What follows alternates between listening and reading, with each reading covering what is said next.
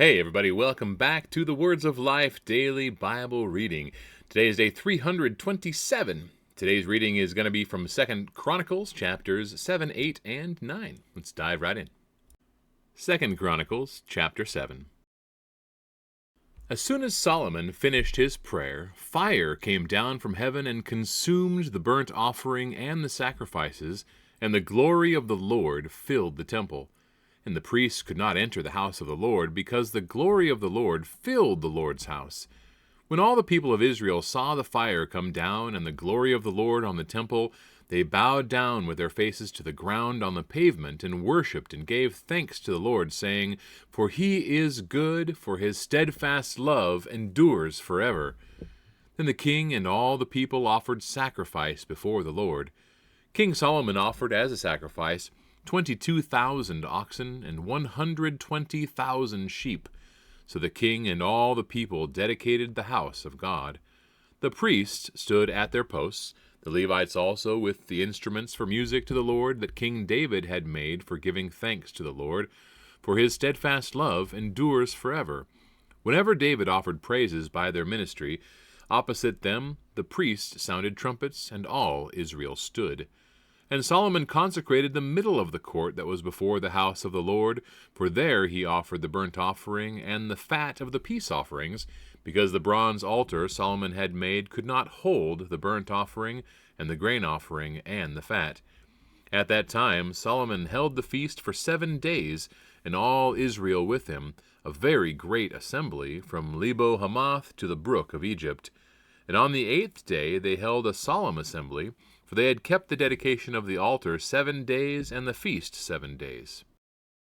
On the 23rd day of the 7th month he sent the people away to their homes, joyful and glad of heart for their prosperity that the Lord had granted to David and to Solomon and to Israel his people. Thus Solomon finished the house of the Lord and the king's house. All that Solomon had planned to do in the house of the Lord and in his own house he successfully accomplished. Then the Lord appeared to Solomon in the night and said to him, "I have heard your prayer, and have chosen this place for myself as a house of sacrifice. When I shut up the heavens so that there is no rain, or command the locust to devour the land, or send pestilence among my people, if my people who are called by my name humble themselves, and pray and seek my face, and turn from their wicked ways, then I will hear from heaven, and will forgive their sin, and heal their land. Now my eyes will be open, and my ears attentive to the prayer that is made in this place. For now I have chosen and consecrated this house, that my name may be there forever. My eyes and my heart will be there for all time. And as for you, if you will walk before me as David your father walked, doing according to all that I have commanded you, and keeping my statutes and my rules, then I will establish your royal throne, as I covenanted with David your father, saying, You shall not lack a man to rule Israel. But if you turn aside and forsake my statutes and my commandments that I have set before you, and go and serve other gods and worship them, then I will pluck you up from my land that I have given you, and this house that I have consecrated for my name I will cast out of my sight, and I will make it a proverb and a byword among all peoples.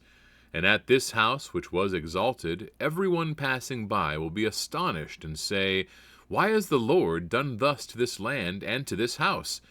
Then they will say, Because they abandoned the Lord, the God of their fathers, who brought them out of the land of Egypt, and laid hold on other gods, and worshipped them, and served them. Therefore he has brought all this disaster on them. 2 Chronicles chapter 8. At the end of 20 years, in which Solomon had built the house of the Lord and his own house, Solomon rebuilt the cities that Hiram had given to him, and settled the people of Israel in them. And Solomon went to Hamath-zobah, and took it. He built Tadmor in the wilderness, and all the store cities that he built in Hamath. He also built Upper Beth-horon and Lower Beth-horon, fortified cities with walls, gates, and bars, and Baalath, and all the store cities that Solomon had, and all the cities for his chariots, and the cities for his horsemen, and whatever Solomon desired to build in Jerusalem, in Lebanon, and in all the land of his dominion. All the people who were left in the Hittites, the Amorites, the Perizzites, the Hivites, and the Jebusites, who were not of Israel, From their descendants who were left after them in the land, whom the people of Israel had not destroyed, these Solomon drafted as forced labor, and so they are to this day. But of the people of Israel Solomon made no slaves for his work. They were soldiers and his officers, the commanders of his chariots and his horsemen. And these were the chief officers of King Solomon, 250 who exercised authority over the people. Solomon brought Pharaoh's daughter up from the city of David to the house that he had built for her, for he said, My wife shall not live in the house of David, king of Israel, for the places to which the ark of the Lord has come are holy. Then Solomon offered up burnt offerings to the Lord on the altar of the Lord that he had built before the vestibule, as the duty of each day required, offering according to the commandment of Moses for the Sabbaths, the new moons, and the 3 annual feasts, the feast of unleavened bread, the feast of weeks, and the feast of booths. According to the ruling of David his father, he appointed the divisions of the priests for their service, and the Levites for their offices of praise and ministry before the priests, as the duty of each day required, and the gatekeepers in their divisions at each gate, for so David the man of God had commanded. And they did not turn aside from what the king had commanded the priests and Levites concerning any matter and concerning the treasuries. Thus was accomplished all the work of Solomon from the day the foundation of the house of the Lord was laid until it was finished. So the house of the Lord was completed. Then Solomon went to Ezion-Geber and Eloth on the shore of the sea in the land of Edom. And Hiram sent to him by the hand of his servant ships and servants familiar with sea, and they went to Ophir together with the servants of Solomon, and brought from there 450 talents of gold, and brought it to King Solomon. 2 Chronicles chapter 9. Now, when the queen of Sheba heard of the fame of Solomon, she came to Jerusalem to test him with hard questions, having a very great retinue and camels bearing spices and very much gold and precious stones. And when she came to Solomon, she told him all that was on her mind. And Solomon answered all her questions. There was nothing hidden from Solomon that he could not explain to her. And when the queen of Sheba had seen the wisdom of Solomon, the house that he had built, the food of his table, the seating of his officials, and the attendance of his servants, and their clothing, his cupbearers and their clothing, and his burnt offerings that he offered at the house of the Lord, there was no more breath in her.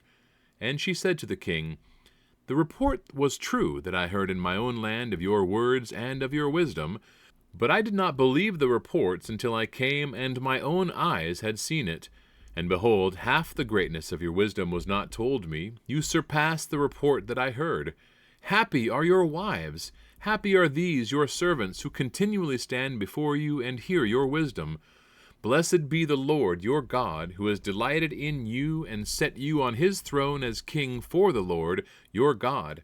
Because your God loved Israel and would establish them forever, he has made you king over them, that you may execute justice and righteousness. Then she gave the king 120 talents of gold, and a very great quantity of spices and precious stones. There were no spices such as those that the queen of Sheba gave to King Solomon. Moreover, the servants of Hiram and the servants of Solomon who brought gold from Ophir brought algum, wood, and precious stones. And the king made from the algum wood supports for the house of the Lord and for the king's house, lyres also and harps for the singers. There never was seen the like of them before in the land of Judah. And King Solomon gave to the queen of Sheba all that she desired, whatever she asked besides what she had brought to the king. So she turned and went back to her own land with her servants. Now the weight of the gold that came to Solomon in 1 year was 666 talents of gold, besides that which the explorers and merchants brought, and all the kings of Arabia and the governors of the land brought gold and silver to Solomon. King Solomon made 200 large shields of beaten gold. 600 shekels of beaten gold went into each shield, and he made 300 shields of beaten gold. 300 shekels of gold went into each shield, and the king put them in the house of the forest of Lebanon. The king also made a great ivory throne, and overlaid it with pure gold. The throne had 6 steps, and a footstool of gold, which were attached to the throne. And on each side of the seat were armrests, and 2 lions standing beside the armrests, while 12 lions stood there, one on each end of a step on the 6 steps. Nothing like it was ever made for any kingdom.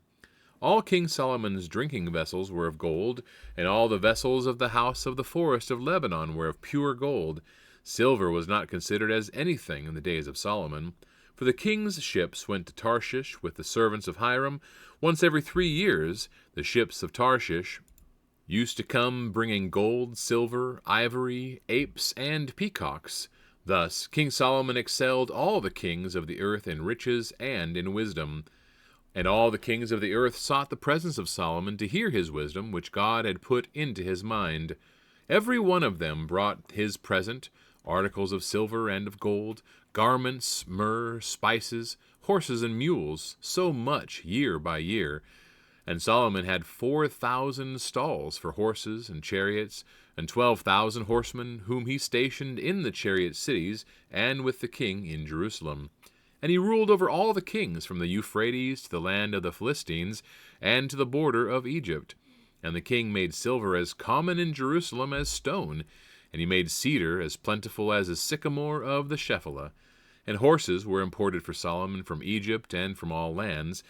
Now, the rest of the acts of Solomon, from first to last, are they not written in the history of Nathan the prophet, and in the prophecy of Ahijah the Shilonite, and in the visions of Iddo the seer, concerning Jeroboam the son of Nebat? Solomon reigned in Jerusalem over all Israel 40 years. And Solomon slept with his fathers, and was buried in the city of David his father, and Rehoboam his son reigned in his place. And that wraps up the reading for today, everybody. Thanks again for tuning in, and may God bless you today. Have an awesome one. We'll see you then.